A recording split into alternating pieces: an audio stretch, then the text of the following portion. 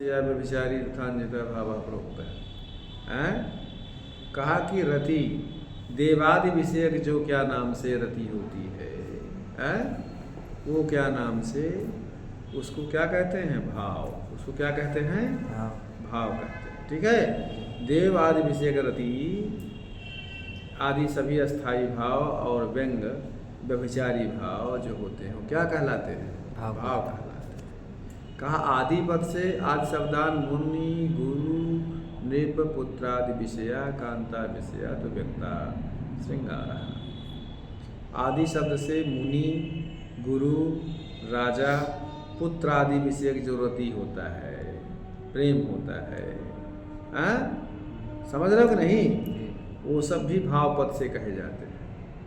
कहा कि पुरुष तथा स्त्री विषयक जो रति को छोड़ करके अन्यों के प्रति जो रति होती है, वो सब भाव पदवाच्य है। स्त्री विषयक रति व्यक्त होने पर श्रृंगार कहलाती। क्या होती है? तो भाव विषयक का अब हम उदाहरण दे रहे हैं। कंठ कोण विनिविष्ट मीशते कालकूटम विमे महामृतम अप्युपात्तामृतम भवद बपुरभेद वृत्ति यदि में न रोचते। कोई भगवान शंकर से भक्त कह रहा है कि हे भगवान, आपके कंठ में सन्निविष्ट कालकूट विष, कालकूट माने विष भी मेरे लिए महान अमृत के समान है, मेरे लिए महान अमृत के समान है। और भवद बपुर भेद वृत्तिर यदि में न रोचते अमृतम अभी। कहा कि आपके शरीर से अलग हुआ भिन्न माने अलग रहने वाला प्राप्त अमृत भी मुझको अच्छा नहीं लगता है। समझ रहे हो नहीं? प्राप्त अमृत भी हमें अच्छा नहीं लगता है। अगर आपके शरीर से भिन्न कोई चीज़ अमृत भी मिल जाए तो मेरे लिए वो बेकार है। बात समझे कि नहीं? तो यहाँ ईश पदवाच्य जो क्या नाम से अव्याहत ऐश्वर्य, जो यहाँ महादेव क्या है? आलंबन विभाव है। महादेव ईश पदवाच्य अव्याहत ऐश्वर्य उद्दीपन विभाव है, अस्तवन अनुभाव है, धृति और माहात्म्य का स्मरण आदि व्यभिचारी भाव है। इनसे अस्तावक की रति आदि का अनुमान कर सकने वाले सामाजिकों को भाव रूप रति का अनुभव होता है। यह पूर्ण रूप से परिपुष्ट न होने से रस रूपता को नहीं प्राप्त कर पाता है, इसीलिए इसको भाव पदवाच्य कहा जाता है। भाव का उदाहरण है, समझे ना? अच्छा, देव विषयक रति जो होती है वो भाव कही जाती है। कहा और मुनि विषयक देखिए, हरत्यघम संप्रत हेतुरेश्चिता शुभस्य पूर्वा चरिते कृतम शुभई शरीर भाजाम भवदीय दर्शनम विनक्ति काल तृतय योग्यताम। कहा कि देखिए मुन विषयक रति जो है शिशुपाल पद में आया हुआ है, प्रथम सर्ग का ये श्लोक है। नारद जी के आने पर कृष्ण भगवान कृष्ण जो है उनका स्वागत कर रहे हैं। उनको स्वागत करते समय उनकी प्रशंसा करते हुए, नारद जी की प्रशंसा करते हुए भगवान कृष्ण कहते हैं, कहा हरत्यघम संप्रति हेतुरेश्चिता शुभस्य पूर्वा चरिते कृतम शुभई। आपका दर्शन जो है प्राणियों की वर्तमान भविष्य तथा भूत तीनों कालों में योग्यता को प्रकट करता है। आपका दर्शन ऐसे नहीं होता है। का शरीर भाजाम भवदीय दर्शनम विनक्ति काल तृतय योग्यता, क्योंकि वह वर्तमान काल में पाप का नाश करता है, भविष्य में प्राप्त होने वाले कल्याण का कारक होता है, तथा पूर्व के पुण्य से यह आज जो है प्राप्त हुआ है। ठीक है ना? तो इसलिए जो है ये भगवान कृष्ण का है। भगवान कृष्ण नारद जी के, नारद मुनि थे, मुनि विषयक जो प्रेम है यहाँ पर भाव है। समझे कि नहीं? अब एवं अन्य उदाहरण, ऐसे अन्य उदाहरणों को भी जान लेना चाहिए। समझे? अब भाव का दूसरा भेद देखिए, व्यंग्य व्यभिचारी का उदाहरण है। अंजित व्यभिचारी यथा, भाव के दूसरे भेद माने व्यंग्य व्यभिचारी का उदाहरण। जाने को परांगमुखी प्रीतमा स्वप्ने दृष्टा मया माँ माँ संस्पृश पाणि नेत्र रुदती गंतुम प्रवृत्ता बुरा नो यावत परिरभ्य चाटु सतकैर आश्वासयामि प्रियाम भ्रातस्तावदहम सठेन विधिना निद्रा दरिद्री कृता। देखिए कहा कि देखिए कहते हैं ना, ख्वाबों में ही सही मुलाकात तो होगी, हैं स्वप्न में भी मुलाकात हो। कहा जाने को परामुखी प्रीतमा स्वप्ने दृष्टा मया। कोई अपने मित्र से कह रहा है कि अरे भाई आज मैंने क्रोध के कारण स्वप्न में परामुखी अपनी प्रीतमा को देखा था स्वप्न में। कहा माँ माम सस्मिस पाणी ने रुत्ती गंतुम प्रवृत्ता बोला, जैसे नहीं नहीं मुझे हाथ से मत छुओ, मुझे हाथ मत लगाओ, ऐसा वह कह करके रोती हुई चल दी। रुदती गंतिम प्रवृत्ता पुरा, रोती हुई चली गई। तो नो यावत परिरभ्य चाट सतकैर आश्वासयामि प्रियम। जैसे मैंने सोचा कि जब तक मैं आलिंगन करके नाना प्रकार की खुशामद करके उसको मनाने का यत्न करूं, भ्रातस्तावदहम सठेन विधिना निद्रा दरिद्री कृता, तो तब तक धूर्त विधाता ने मेरी निद्रा ही भंग कर दी, मेरी नींद ही टूट गई है। तो जब नींद टूट गई तो स्वप्न में जो मिल रही थी वो भी छुड़ गई। समझ रहे हो नहीं? तो स्वप्न में भी मुलाकात ईश्वर को मंजूर नहीं है।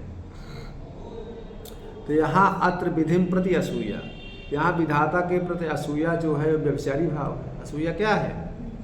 यह भाव के दूसरे भेद का उदाहरण है। हाँ, बंद करो जरा इसको।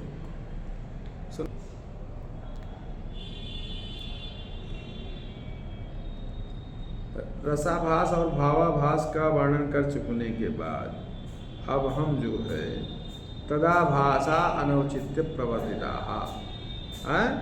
तदाभास का अर्थ होता है रसाभास और भावाभास। ठीक है, ठीक है। तो रस तथा भावों का अनुचित रूप से जहाँ पर वर्णन हो उसको रसाभास तथा भावाभास कहते हैं। तो तदाभास माने रसाभास तथा भावाभास।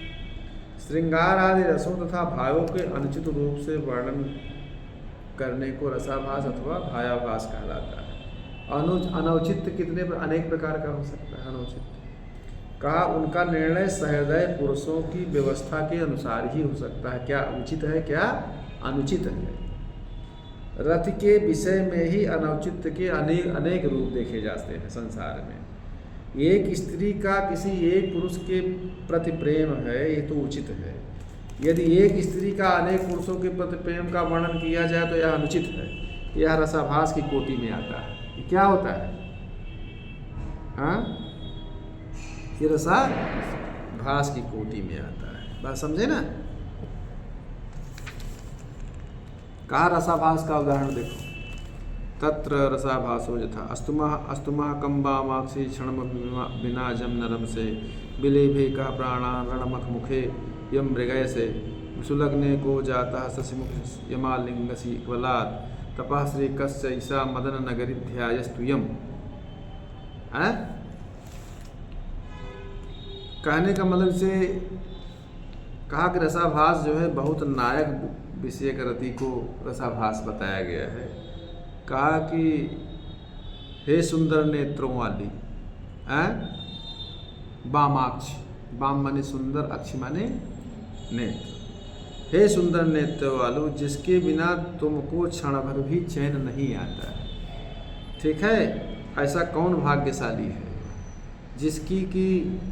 जिसकी हम उसके सौभाग्य की कितनी प्रशंसा करें कि जिसको तुम चाहती हो, जिसने युद्ध रूप यज्ञ में अपने प्राणों की आहुति दी है, जिसको तुम खोज रही हो। ऐसा कौन भाग्यशाली शुभ मुहूर्त में जन्म लिया है। ठीक है, जिसका तुम गाढ़ आलिंगन करती हो। यमालिंगसी बलात्, जिसका तुम गाढ़ आलिंगन करती हो। तपः श्री कस्य ईसा मदन नगरी ध्यायस्तुयम। हे मदन नगर, तुम जिसका ध्यान करती रहती हो, ऐसी किसकी तपः संपत्ति है? कौन सा ऐसा पुरुष है जिसने अपनी तपस्या रूपी संपत्ति को ऐसा बनाया है कि जिसका तुम इस तरह से निरंतर ध्यान कर रही हो। तो यहाँ अस्तुमा अनुगत अनेक व्यापारों का वर्णन परकीया हो सकती है, वेश्या नायिका के अनेक कामुक विषय अभिलाष को व्यक्त करता है, इसलिए यहाँ रसाभास का उदाहरण है। हाँ, अत्र अनेक कामुक विषयम अभिलाषम तस्यास्तु वह इत्यादि अनुगतम बहुव्यापारोपादानम व्यनगम। भावाभास जैसे चिंता के अनौचित प्रवर्तित होने का उदाहरण है। राका सुधाकर मुखी तरलायताक्षी सास मेरे यौवन तरंगित विभ्रमांगी तत्किं करोमि विददे कथमत्र मैत्रीं तस्वीकृति व्यतिकरे कैवाभ्युपाय।